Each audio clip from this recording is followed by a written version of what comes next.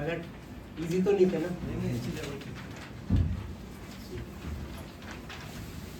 Sir आगे आओ आप। सर वीडियो बना लेते हो कॉल करते हैं काम।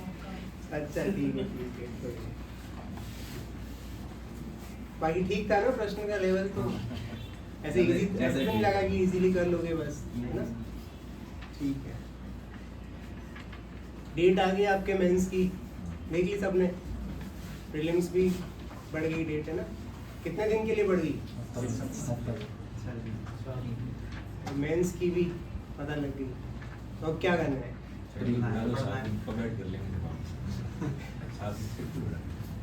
जो चीज़ जैसे चल रही है वैसे ही चलाते रहो।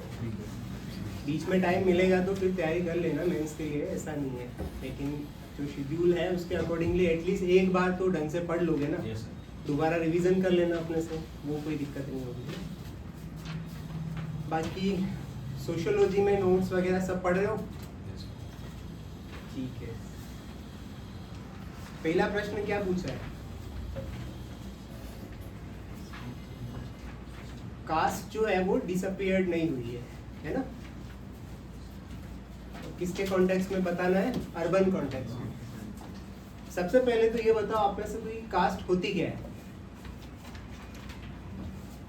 सर मैंने तो ऐसी गेट रखी क्लासिफिकेशन बताइए, उन्होंने बताया कि ग्रुप ऑफ एग्जाम में याद रह जाएगा? यहाँ पे रखी। अभी याद था? बेसिक में से ऐसे लेमैन में बता दो ना कि जाति क्या है, कास्ट क्या है। हम सर वही समूह है, एक सामाजिक स्तरीकरण की बंद व्यवस्था है एक खंडा बस कि ऐसे थिंकर वगैरह ऐसे जब तक सामने से नहीं पूछे कि किसी पर्टिकुलर थिंकर का नाम लेके बताना है कि उसकी परिभाषा में जाति क्या है या कास्ट क्या है। अदरवाइज आप साधारण शब्दों में सिंपली जो लिख सकते हो वैसे लिख दो। जरूरत नहीं है जबरदस्ती किसी का नाम याद करके। इतनी मेहनत दूसरे सब्जेक्ट में कर लो, पगड़ वाले में कर लो इतनी मेहनत, क्योंकि वहाँ थ्योरी वाला पार्ट जो है ना भारी पड़ेगा। वो इतनी मेहनत वहाँ कर लो, यहाँ सिर्फ नाम लिखना ऐसा कोई ज़रूरी नहीं है। कॉन्सेप्ट जो है वो सही होना चाहिए कि हाँ ढंग पता है कि कास्ट होती क्या है। ठीक है। अगला उसने पूछा है कि डिसअपीयर्ड नहीं हुई है, कैसे नहीं हुई है?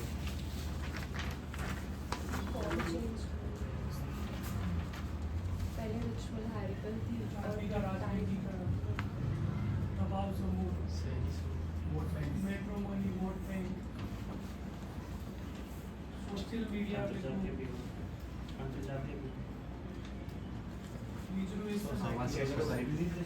आवासीय सोसाइटी। कल हमने कास्ट के ऊपर एक डिस्कशन किया था ना, तो हमने बात की थी कि कास्ट में चेंज कहाँ कहाँ पे हुआ है। चेंज कहाँ कहाँ पे हुआ है जाति में? ऑक्यूपेशन, व्यवसाय, कार्य कुशलता वगैरह।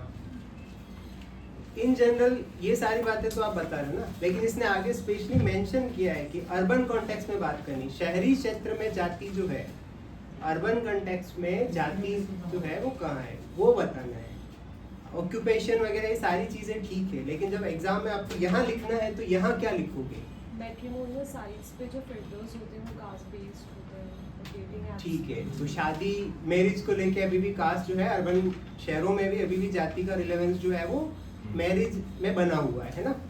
एक पॉइंट तो ये। अगला क्या लिखोगे? अर्बन सेग्रीगेशन, जब हम हाउसिंग के लिए जाते हैं तो वो प्रेफर करते हैं कि अपने caste अर्बन के- सेग्रीगेशन, ये एक पॉइंट है ना कि यहाँ पे भी अभी भी क्या होता है, सोसाइटीज में भी जाति के आधार पे जो है सोसाइटियाँ बनी हुई हैं।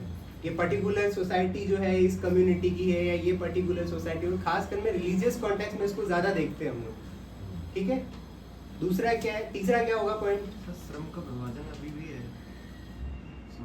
हाँ, लेकिन ऑक्यूपेशन जो है वो अभी भी अब उसका रिलेवेंस जो है ना वो मोर और लेस जो है पॉलिटिकल आइडेंटिटी के रूप में ज़्यादा है। ठीक है। तो शिफ्ट का ऑक्यूपेशन का जो शिफ्ट कहाँ हो गया है? पॉलिटिकल आइडेंटिटी के रूप में। कि अब शहरों में आप देखोगे तो भले ही पर्टिकुलर जाति का व्यक्ति उसके ऑक्यूपेशन का काम नहीं कर रहा है, लेकिन उनका जाति का एक ऑर्गेनाइजेशन जरूर बना हुआ है। जैसे सफाई कर्मचारी, तो हर एक समुदाय उसका जो है वो उससे सफाई से जुड़ा हुआ नहीं है, लेकिन उसका ऑर्गेनाइजेशन जरूर है। और ये कहाँ एग्जिस्ट कर रहे हैं सारे? अर्बन कॉन्टेक्स्ट में। गाँव में ऐसे ऑर्गेनाइजेशन नहीं बने हुए, शहरों में बने हुए हैं। तो यहाँ पे जो है वो होगा। ठीक है। सर ये स्थानीय इलेक्शन रिजर्वेशन में जैसे शहरी निकायों में रिजर्वेशन है। रिजर्वेशन बिल्कुल और है ना? रिजर्वेशन ने वो इंस्टीट्यूट भी एज अ सेट कर दिया। ठीक है। ये चार पांच पॉइंट है, ये आप लिख लोगे इस वाले प्रश्न में, ठीक है? इसमें किसी को दिक्कत है? तो आर्टिकल 15(4), 16(4) का भी जिक्र कर सकते हैं। बिल्कुल, वो भी आ जाएगा इसमें, वो सारा ही आ जाएगा इसमें, वो लिख सकते हो। रिजर्वेशन वाली पॉलिसीज में आप वो सारा उसमें मेंशन कर सकते हो, आर्टिकल जो भी है ना, वो आ जाएगा। ठीक है। इसमें सर ये एक ऐसे भी लिख सकते हैं कि ये जो रिजर्वेशन है ना, जो क्लास बना दी, लेकिन वो जातियों की क्लास, जैसे ओबीसी के अंदर अपन जो भी देखते हैं या SC ST में देखते हैं, तो जो क्लास बनाई है ना, वो स्वरूप तो बदला है, लेकिन उसमें अंदर है जातियाँ।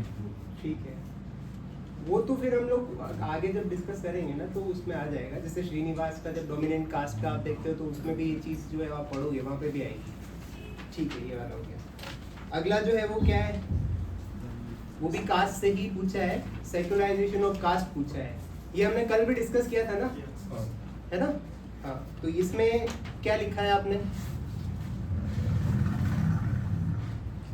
सेक्युलराइजेशन होता क्या है कास्ट को बता दें कि डिसोसिएटिंग कास्ट का मतलब फिर इसके क्या क्या रीजंस हैं जो अपनी सोसाइटी में हो रहे हैं, जैसे मॉडर्नाइजेशन हो गया, कास्ट बेस्ड पॉपुलाइजेशन हो गया और अर्बनाइजेशन वगैरह, ये सब रीजंस दिए जाते हैं। फिर जो इंडियन और वेस्टर्न सेक्युलरिज्म और इंडियन ये सेक्युलराइजेशन में difference.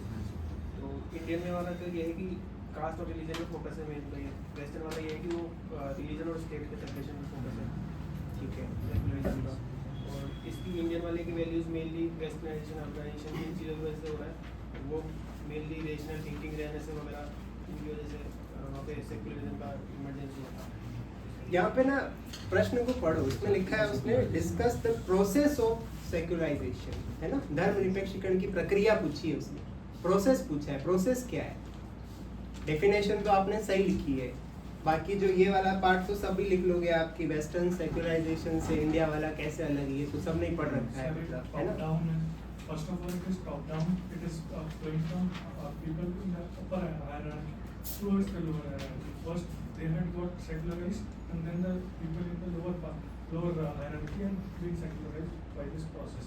Second is that the factors of influence. The ideas are from the West, technology. In addition to that, awareness was also a factor which is affecting the process and its pace. ये वाली चीजें पूछा है। पहला point जो आप लिखोगे ना, वो है डी रिचुअलाइजेशन, है ना? रिचुअल्स, हर कास्ट के आधार पे पहले क्या था, रिचुअल्स बने हुए हैं। हमारा जो समाज है उसमें अगर आप देखोगे तो चतुर्वर्ण व्यवस्था है, 4-फोल्ड सोसाइटी का प्रिंसिपल हम फॉलो करते हैं ना। सबसे ऊपर ब्राह्मण्स, फिर जो क्षत्रिय है, फिर वैश्य है, फिर शूद्र है। सबके अकॉर्डिंगली उनके रिचुअल्स डिसाइड है कि कौन, जैसे यज्ञ का एक कॉन्सेप्ट है अपने रिलीजन में, ये कहे या हमारे समाज में, हमारे कल्चर में यज्ञ का कॉन्सेप्ट है। क्षत्रिय कौन सा यज्ञ करेगा, है ना? तो ये रिचुअल्स जो थे वो जुड़े हुए थे। प्रोसेस में क्या हो रहा है, सबसे पहले डी रिचुअलाइजेशन हो रहा है कि इन रिचुअल्स की जो मतलब इनका जो दबाव है वो कम हो रहा है कि हम उस रिचुअल से दूर जा रहे हैं। पहला प्रोसेस जो होगा वो ये होगा। दूसरा क्या होगा, जो भी कास्ट है उनका क्या हो रहा है, डेमोक्रेटाइजेशन हो रहा है, लोकतांत्रिकरण हो रहा है जातियों का। अब जातियां जो है वो लोकतांत्रिक ज्यादा हो रही है, अब कोई किसी के नीचे दबने के लिए उस तरीके से तैयार नहीं है, ये हो रहा है। दूसरा, मॉडर्न वैल्यूज जो है, कॉन्स्टिट्यूशनल वैल्यूज जिसमें इक्वालिटी है, इस तरीके के जो प्रिंसिपल्स है, वो भी क्या कर रहे हैं, इस प्रोसेस को आगे बढ़ा रहे हैं। तो ये 3-4 पॉइंट है, इनको आधार बना के लिखना था आपको ना। हाँ, राजनीतिक सशक्तिकरण जैसे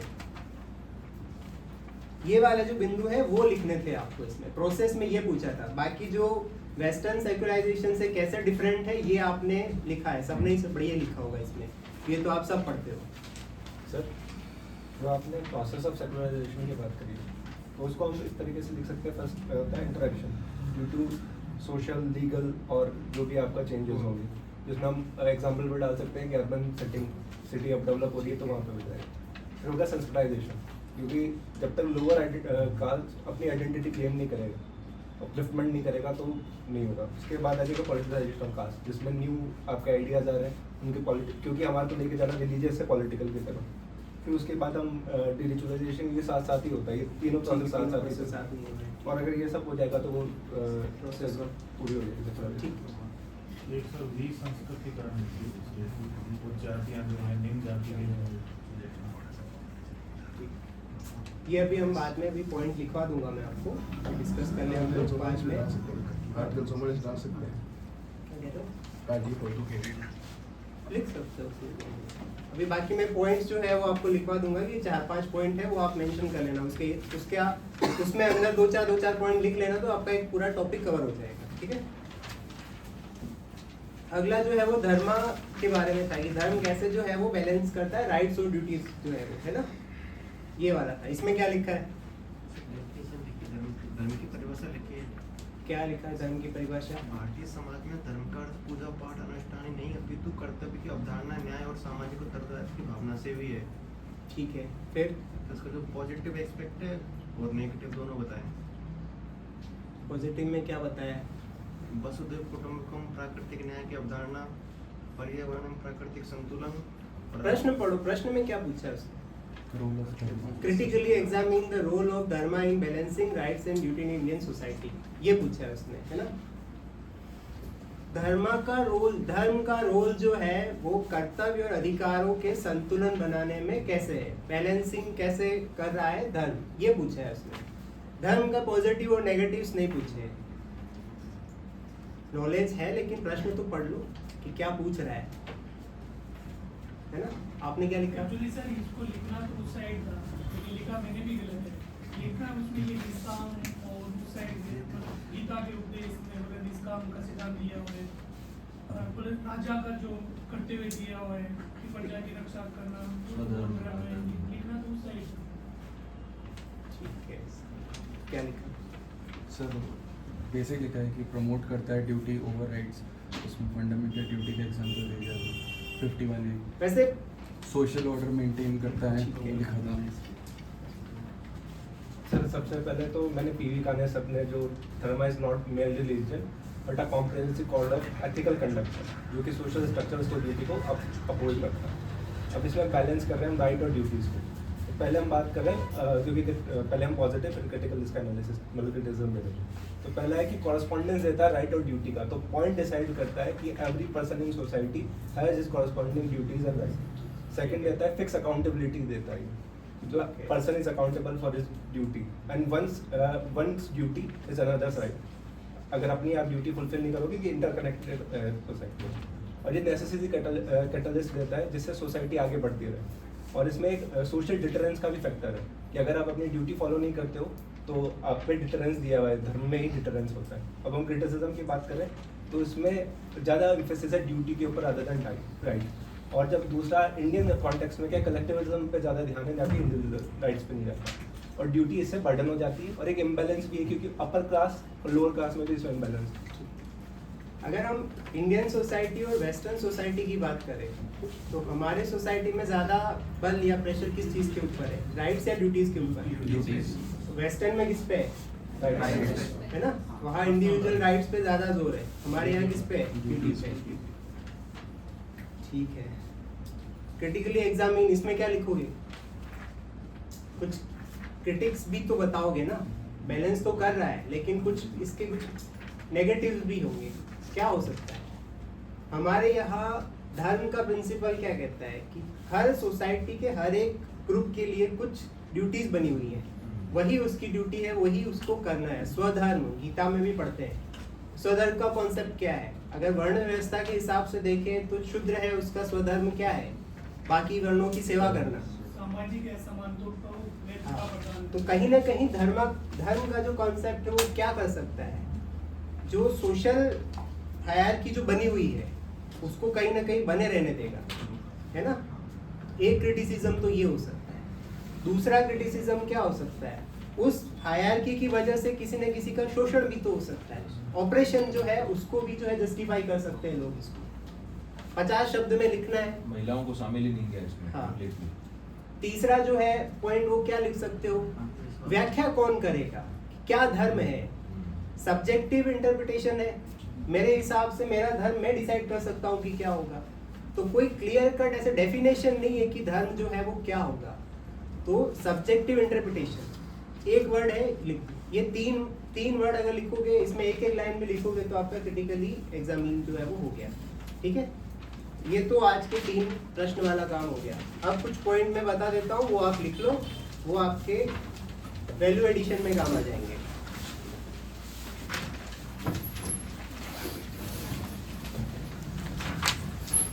प्रोसेस ऑफ सेक्युलराइजेशन वाला जो टॉपिक है, तो उसमें एक एम.एन. श्रीनिवास जो है, उनका स्ट्रक्चरल डिफरेंशिएशन, संरचनात्मक विविधीकरण, ये टॉपिक पढ़ लेना, ये आपके नोट्स में मिल जाएगा आपको। ठीक है, और रजनी कोठारी का जो पॉलिटिसाइजेशन ऑफ कास्ट, जाति का राजनीतिकरण, ये 2 थिंकर है, इनको पढ़ लेना, इनके जाति के ऊपर क्या विचार थे, ये 2 टॉपिक कर लेना।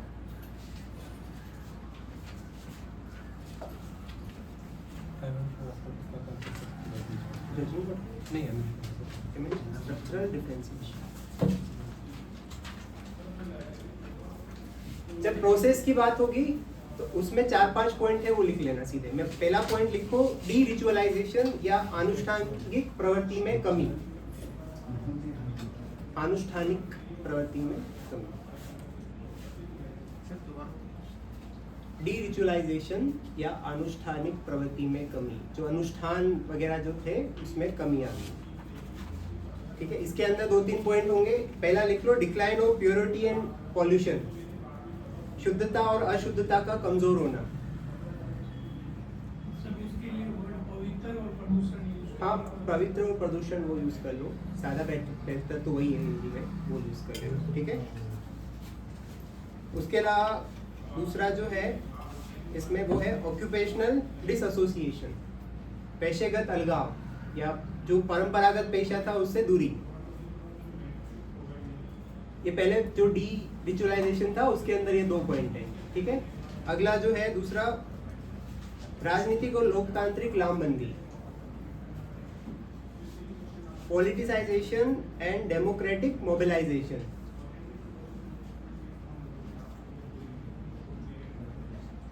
राजनीतिक और लोकतांत्रिक लामबंदी।